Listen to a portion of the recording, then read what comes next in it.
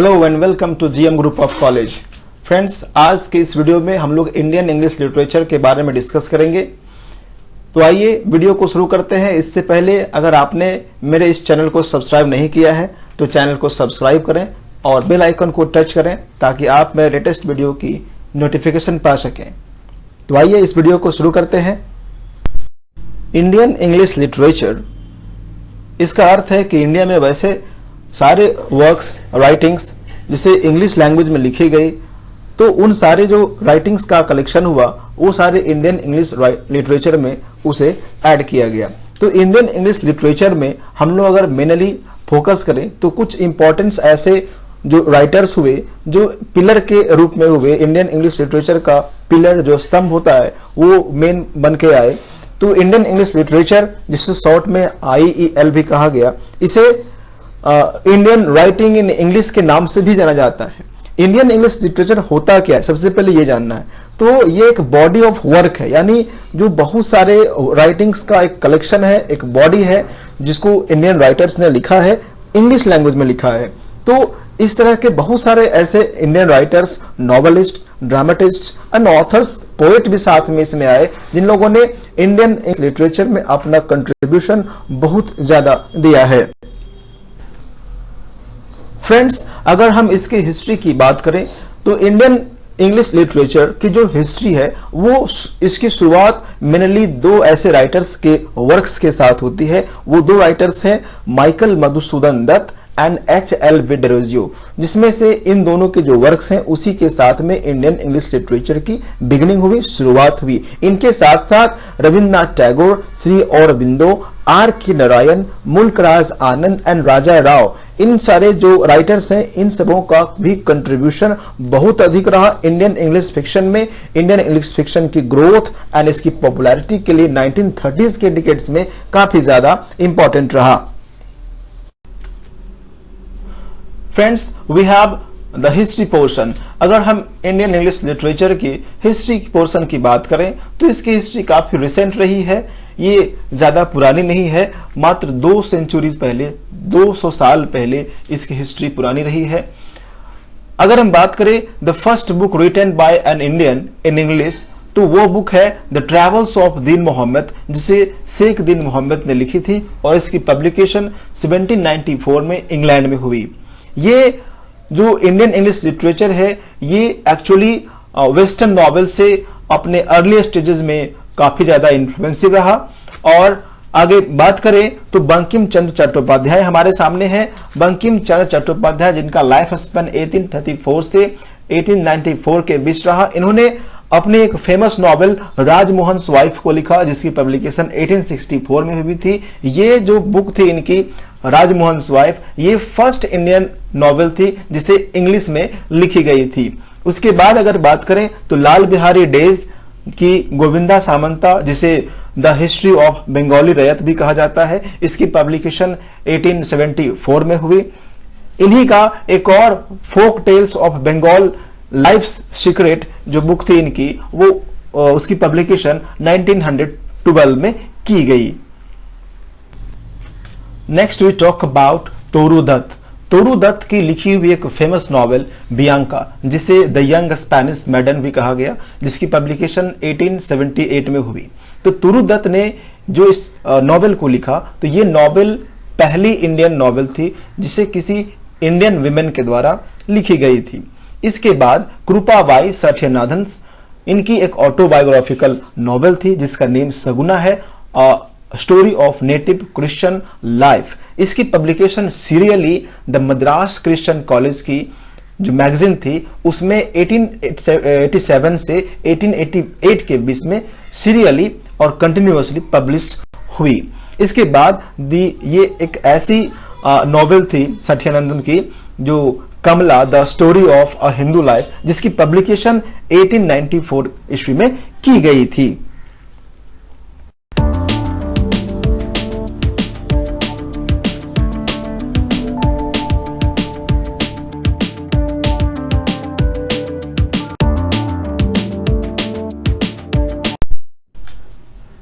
Friends, आगे बात करें राजा राव की, तो राजा राव की जो लाइफ स्पेन है वो 1908 से लेकर 2006 तक रहे। ये काफी लंबे समय तक जीवित रहे और इनका कंट्रीब्यूशन इंडियन इंग्लिश लिटरेचर में काफी अच्छा रहा।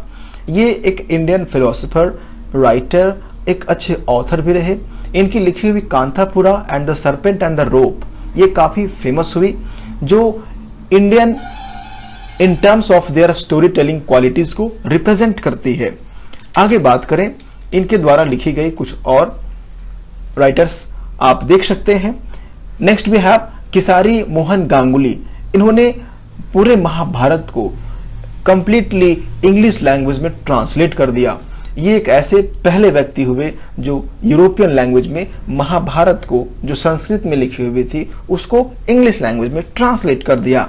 नेक्स्ट बात करें रविंद्रनाथ टैगोर की, तो रविंद्रनाथ टैगोर जिनकी लाइफ स्पेन 1861 से लेकर 1941 के बीच में रही, इन्होंने बंगाली लैंग्वेज में और इंग्लिश लैंग्वेज में अपने सारे वर्क्स को पब्लिश किया। इन्होंने प्रयास किया और अच्छा भी किया कि अपने सारे वर्क्स को जो पहले इन्होंने बंगाली लैंग्वेज में लिखा था उसको फिर इन्होंने इंग्लिश लैंग्वेज में ट्रांसलेट भी कर दिया।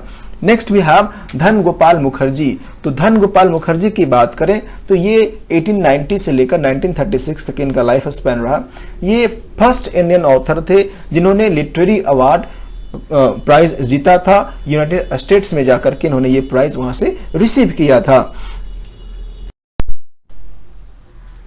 नेक्स्ट वी हैव निराज सी चौधरी, जिनका लाइफ स्पेन 1897 से 1999 के बीच रही।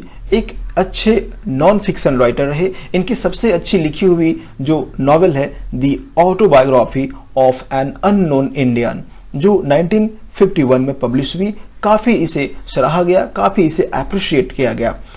नेक्स्ट बात करें पी लाल की, जिनका लाइफ स्पेन 1929 से लेकर 2010 तक रही। ये एक अच्छे poet, translator, publisher and essayist भी थे। ये इन्होंने इंडियन इंग्लिश राइटिंग के लिए एक प्रेस की भी स्थापना भी करी 1950 में। उस प्रेस का नाम इन्होंने राइटर्स वर्कशॉप भी रखा। नेक्स्ट बात करें रामनाथ काक की, तो रामनाथ काक एक अच्छे कश्मीरी वेटरनेरियन थे। इन्होंने अपने ऑटोबायोग्राफी में ऑटोमन लीव्स इनका ऑटोबायोग्राफी का नेम था, जिसमें इन्होंने ऐसा प्रयास किया है कि the most vivid portraits of life in 20th century Kashmir and has become a sort of a classic. तो इन्होंने प्रयास किया है कि इस ऑटोबायोग्राफी में जो कश्मीर की काफी ब्यूटीफुल सीन्स, काफी जो वहां का नेचर है, उस नेचर को बहुत ही ब्यूटीफुली रिप्रेजेंट करने का इन्होंने प्रयास किया है।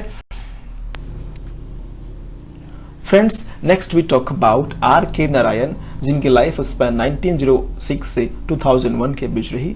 ही contributed over many decades and continued to write till his death. He was discovered by Graham Greene in the sense that the latter helped him find a publisher in England. Graham Greene and Narayan ये दोनों काफी close friends रहे।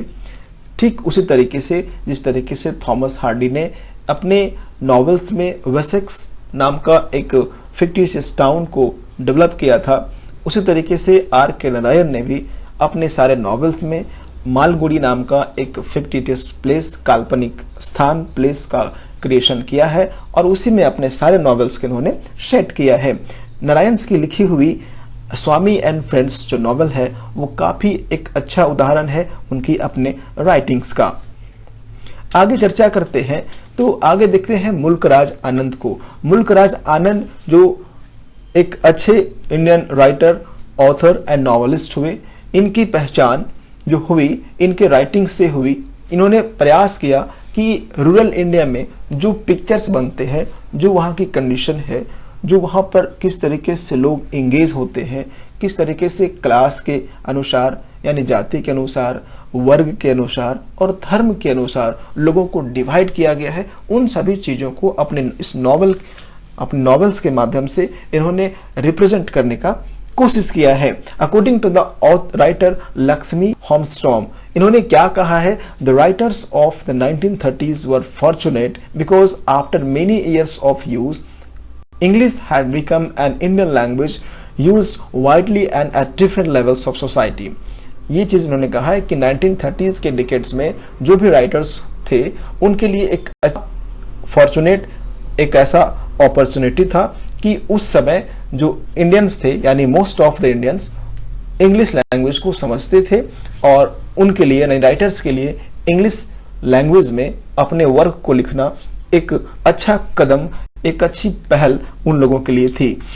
Next we talk about Kamala Markandaya. तो Kamala Markandaya is an early writer in Indian English literature who has often grouped with the trinity of R K Narayan, मुल्क Raj Anand and Raja Rao. तो इनका जो contribution था वो are K Narayan, Anand and Raja Rao के जो वर्क्स होते थे या उनके जो ग्रुप होते थे, उनके इनका सहयोग उस ग्रुप में बहुत ज्यादा देखने को मिला है।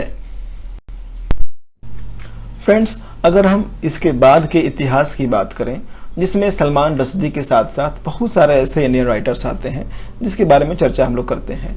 तो सलमान रश्दी, जिनका जन्म इंडिया में हुआ और ये वर्तमान में यूएसए में रह रहे हैं। रश्दी साहब, इनकी फेमस वर्क मिडनाइट चिल्ड्रन, जिसे मान बुकर प्राइज भी दिया गया इन 1981 में।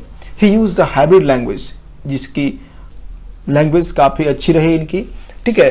तो इस तरीके से इन्होंने अपने लैंग्वेज को कन्वे किया, यूज किया इंडिया में जो राइटिंग्स इन्होंने लिखी हैं।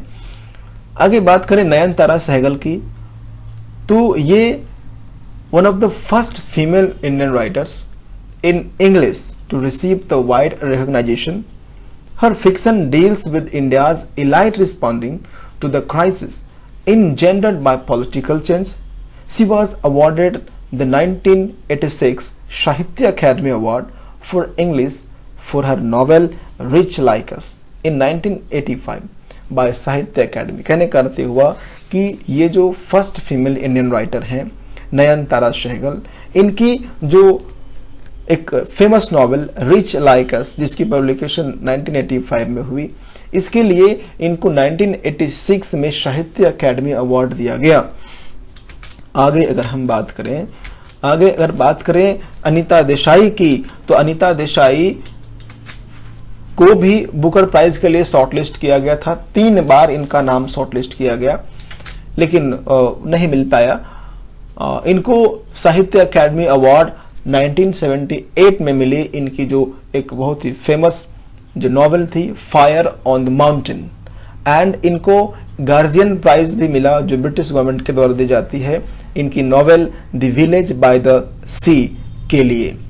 इनकी बेटी Kiran Desai von the 2006 Man Booker prize for her second novel the inheritance of loss.